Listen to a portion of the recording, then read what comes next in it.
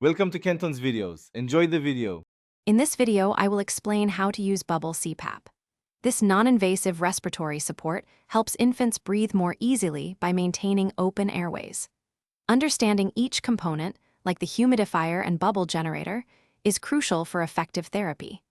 Our goal is to ensure a safe and reliable system that delivers consistent pressure, supporting the infant's respiratory efforts.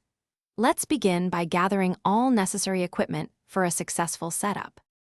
Now, let's assemble the bubble CPAP system.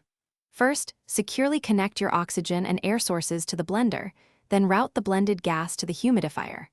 Next, carefully fill the bubble generator with sterile water, ensuring it reaches the designated maximum level line.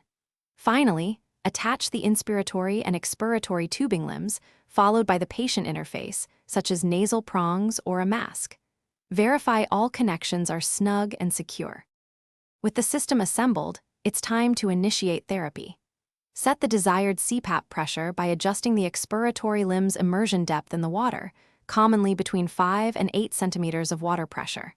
Then, adjust the gas flow rate, typically 6 to 8 liters per minute, to achieve gentle, consistent bubbling in the generator. Once therapy begins, continuously monitor the infant's heart rate, respiratory rate, and oxygen saturation, aiming for 90 to 94%.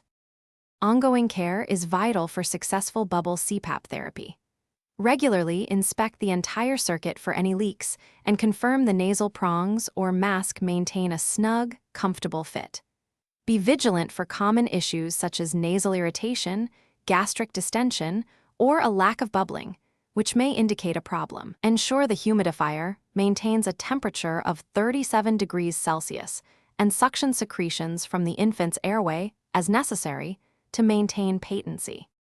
Thanks for watching. Consider subscribing if we helped you.